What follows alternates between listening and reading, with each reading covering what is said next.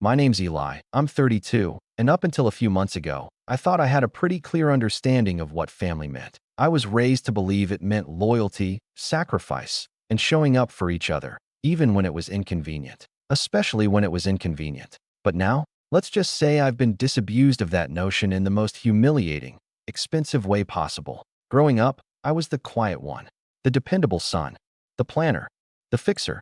My younger sister, Lydia, was the golden child, charismatic, dramatic, always in the middle of some crisis or celebration.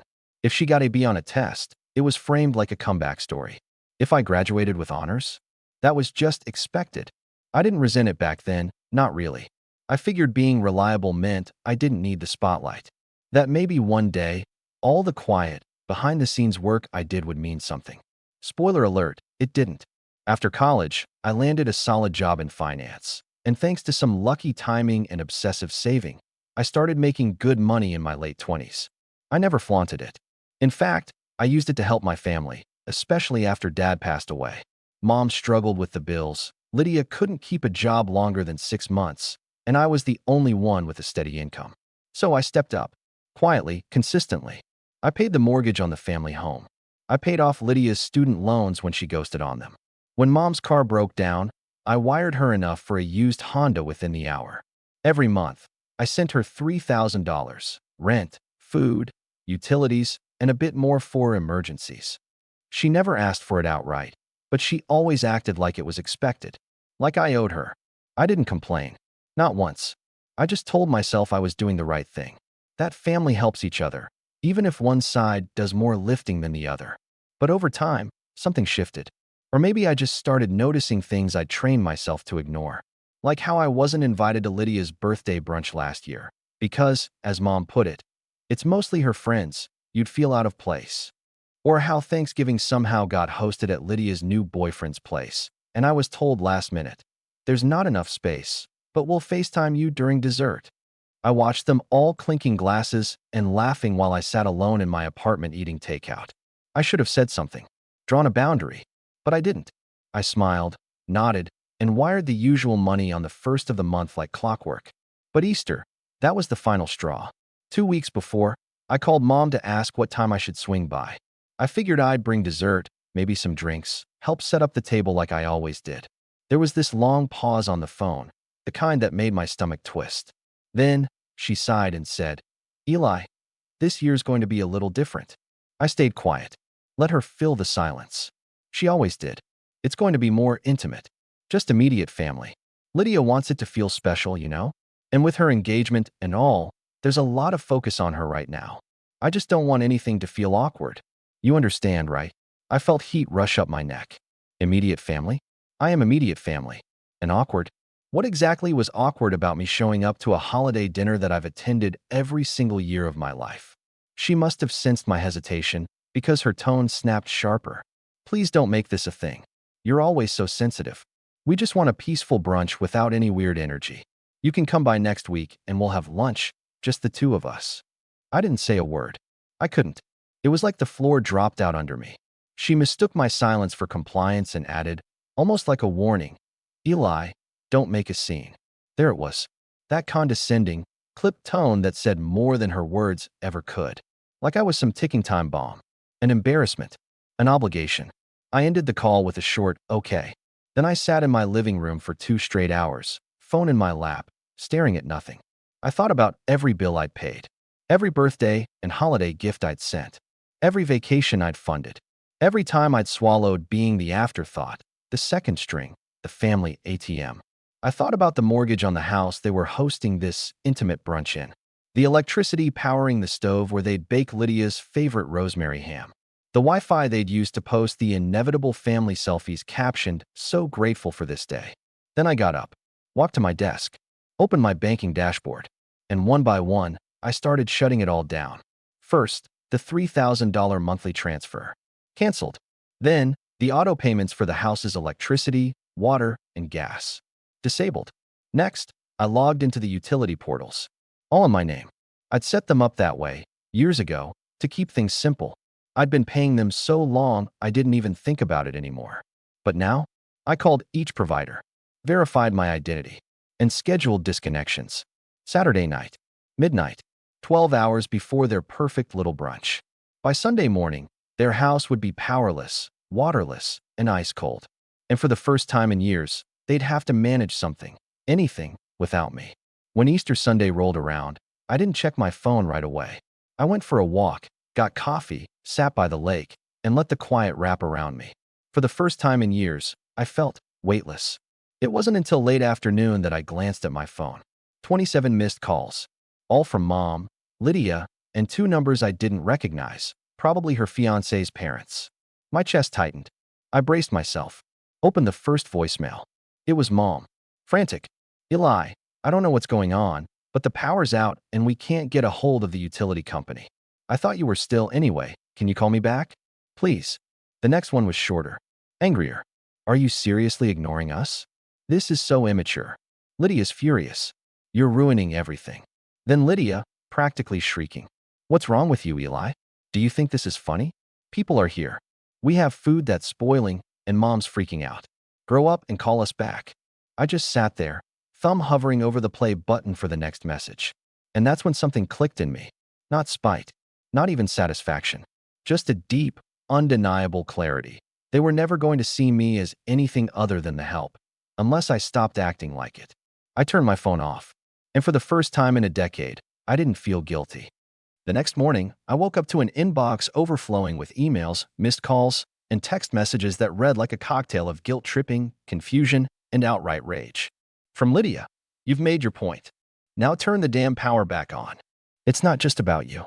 From Mom, I'm so disappointed in you, Eli. I never raised you to be vindictive. We've had a difficult year. How could you choose Easter of all days to lash out like this? And my personal favorite, from Lydia's fiancé, bro. I don't know what your problem is, but you embarrassed your mother and your sister in front of my family. Not cool. I didn't respond. I just let them stew. But I wasn't done. Later that afternoon, I sat down at my desk and drafted a single group email. Just one message. No yelling. No insults. Just facts. I typed, "Hi, over the years, I've contributed financially and emotionally to this family without complaint. I paid the mortgage, the bills, the car repairs, the surprise expenses. I did it gladly, under the belief that I was valued and included.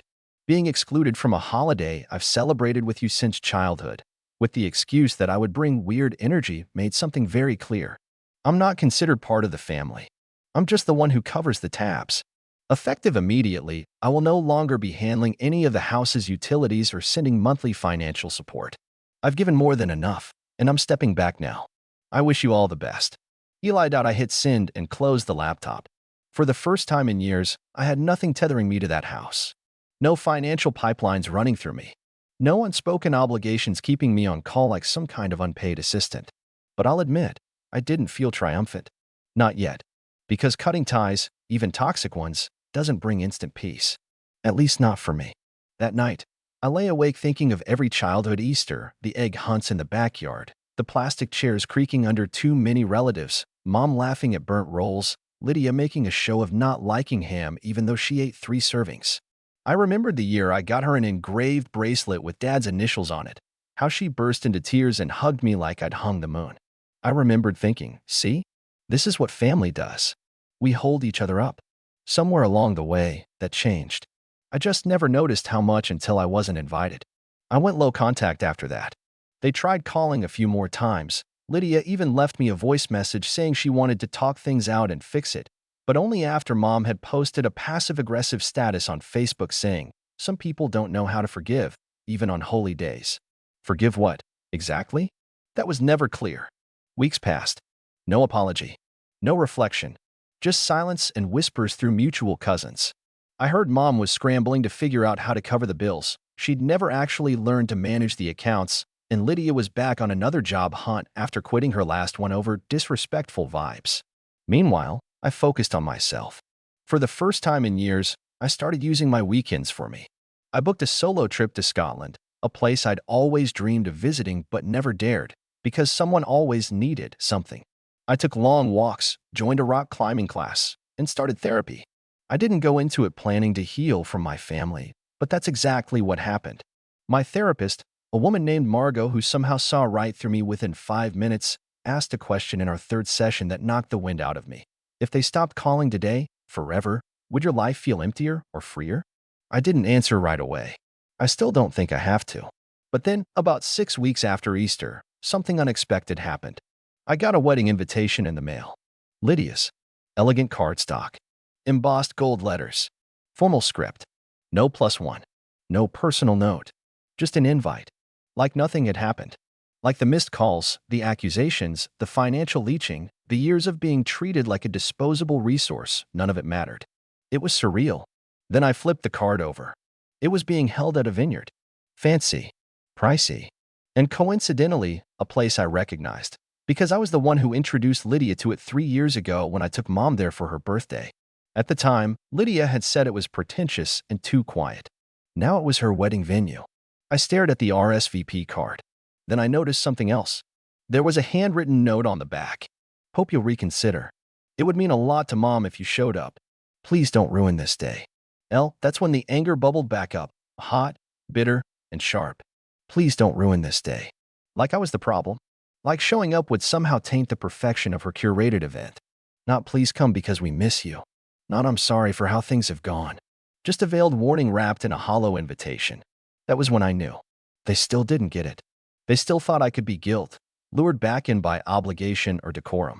That I'd show up with a gift, smile for the photos, and pretend the last decade of being used, ignored, and tossed aside was just water under the bridge. I sat down with the card in my hands, thinking. Then I started making a new plan. One that didn't involve showing up quietly. One that would make sure they never forgot the day they tried to treat me like I was disposable. The vineyard was about 2 hours outside the city, tucked between rolling hills and framed by pale lavender rose and ivy-covered archways. It was the kind of place that screamed Instagram perfect, which was Lydia's entire aesthetic now. I knew because I still followed her fiancé's cousin on social media, not intentionally, but we'd never unfollowed each other after a holiday party years back. She was the one who posted a photo weeks ago, Lydia at a cake tasting, grinning next to a chalkboard that read, "A wedding fit for a queen." A queen. That was fitting. Lydia didn't want a wedding, she wanted a coronation. And I wasn't invited as a brother. I was summoned as a background character. The part that really sealed it for me, though, came a few days later. My Aunt Susan, Mom's sister, called out of the blue. She's always been kind to me in a distant, neutral way. She never got too involved, never picked sides. But she wasn't oblivious either. "Hey, sweetheart," she said, her tone careful. "I wanted to check on you. Your mom's, well, she's been telling everyone you've been acting out lately. That you've cut ties with the family over a miscommunication." I let out a soft, humorless laugh. "Is that what she's calling it?" I wanted to hear your side. So I told her. Not everything, not the financials or the late-night breakdowns after being excluded one too many times, but enough. The Easter snub. The utilities. The voicemails. The wedding invite with the passive-aggressive note. She listened. Didn't interrupt. Just said, "Jesus," under her breath at one point. Then came the part one wasn't ready for. "Your mom told me she was counting on you for the photographer. Said you'd always been the responsible one." I blinked. "Wait. What?" "She said the package they booked is on hold, that you were going to cover it. You didn't agree to that?" "No," I said slowly. "I haven't spoken to her in weeks. She just assumed." A pause. Then Susan sighed. "I figured. She's telling everyone that you bailed on a promise, Eli. That you're trying to sabotage Lydia's big day." My jaw clenched. Of course. That's how they'd spin it. Not that I'd withdrawn after being treated like an afterthought for years, but that I was some unstable, selfish villain lashing out for attention. That's when the idea crystallized. Not revenge. Not exactly. Just clarity. A mirror.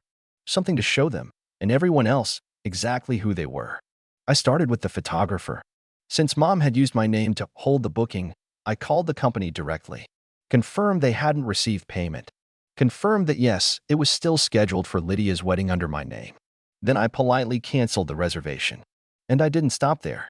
Over the past few years, I'd connected Lydia and Mom to countless vendors, caterers, florists, rental companies, when they were planning birthdays, showers, you name it. They loved outsourcing everything to me.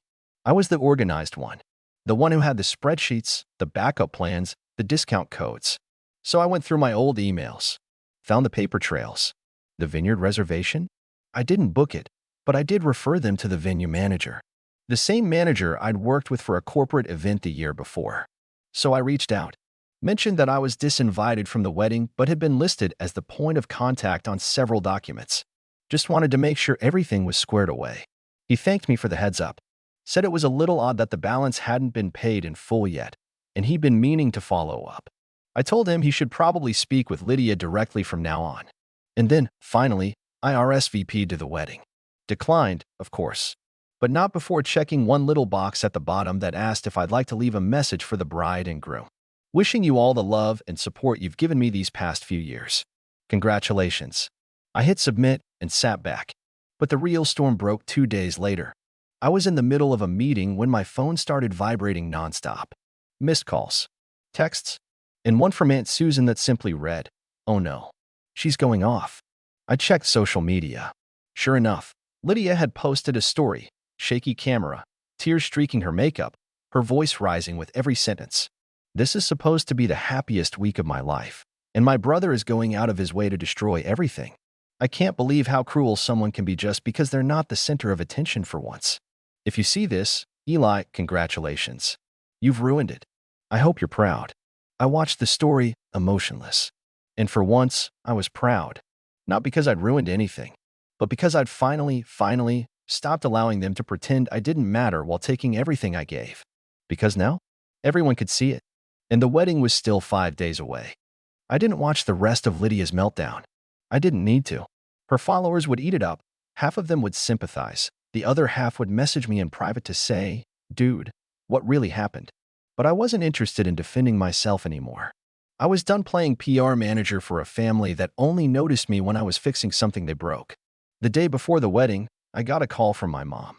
I didn't pick up.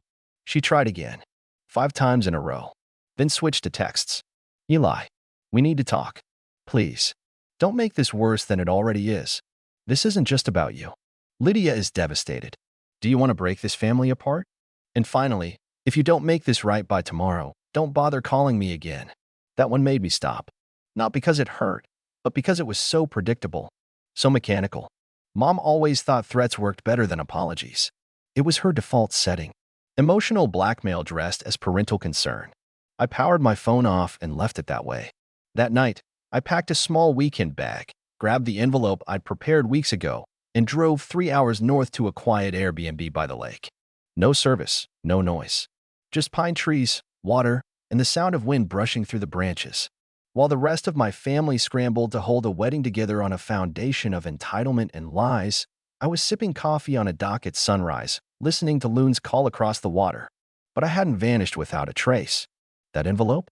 It was scheduled for delivery. Inside was a simple letter and 4 flash drives. One for Lydia, one for Mom, one for the venue, one for the photographer's studio. Each flash drive had copies of contracts, emails, and receipts, every financial transaction I had ever covered for them. Line by line, categorized, timestamped, and annotated. Mortgage payments, car repairs, rent for Lydia's last 3 apartments, her grad school tuition that she swore she got a scholarship for, even the fake, emergency medical bills she used to get $800 from me one Christmas Eve when I was 28. The letter explained everything, without venom, without sarcasm. Just clarity. Truth. "I'm not angry anymore," I wrote, "but I am done. You've taught me that my value in this family was directly tied to my utility. When I stopped being useful, I stopped being included. I'm not interested in rejoining a system that only values me when I'm invisible. Consider this my final act of generosity. The documentation you'll need to explain to your guests, your vendors, and yourselves how you let a wedding fall apart by treating the one person who held it together like a ghost." I paid extra to have the courier deliver it at noon, right when the first guest would be arriving at the vineyard. According to a cousin who was in attendance, the timing couldn't have been more perfect. The florist showed up, asking about a balance due that was never paid. The tent rental company arrived and announced they hadn't processed final payment and couldn't unload anything. The coordinator was trying to reach Lydia on her dead phone while the photographer, who'd been rebooked last minute after my cancellation, stood awkwardly outside, realizing she didn't have a complete shot list or seating chart. The guests arrived to chaos.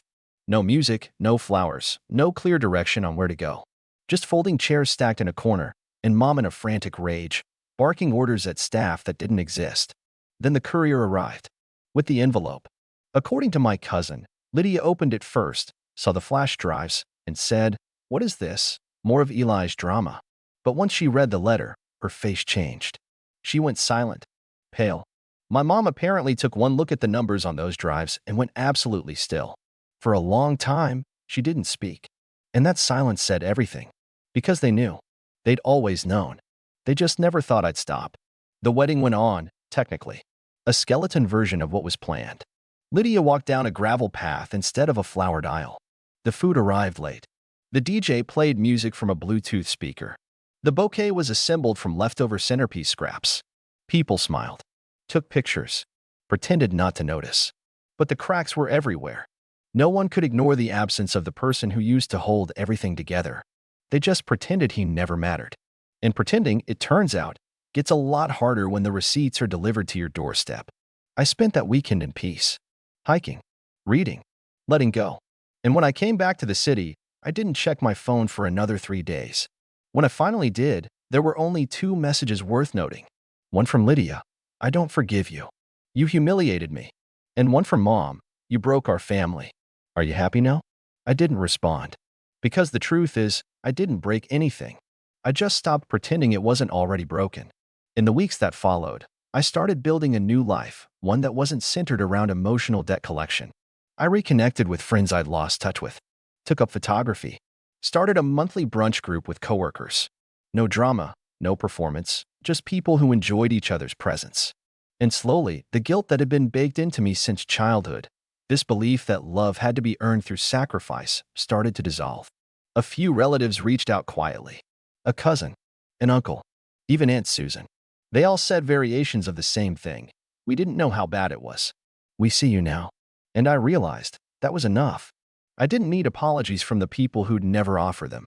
I didn't need some grand reconciliation or a dramatic moment of redemption. I just needed to choose peace and keep choosing it. So I did.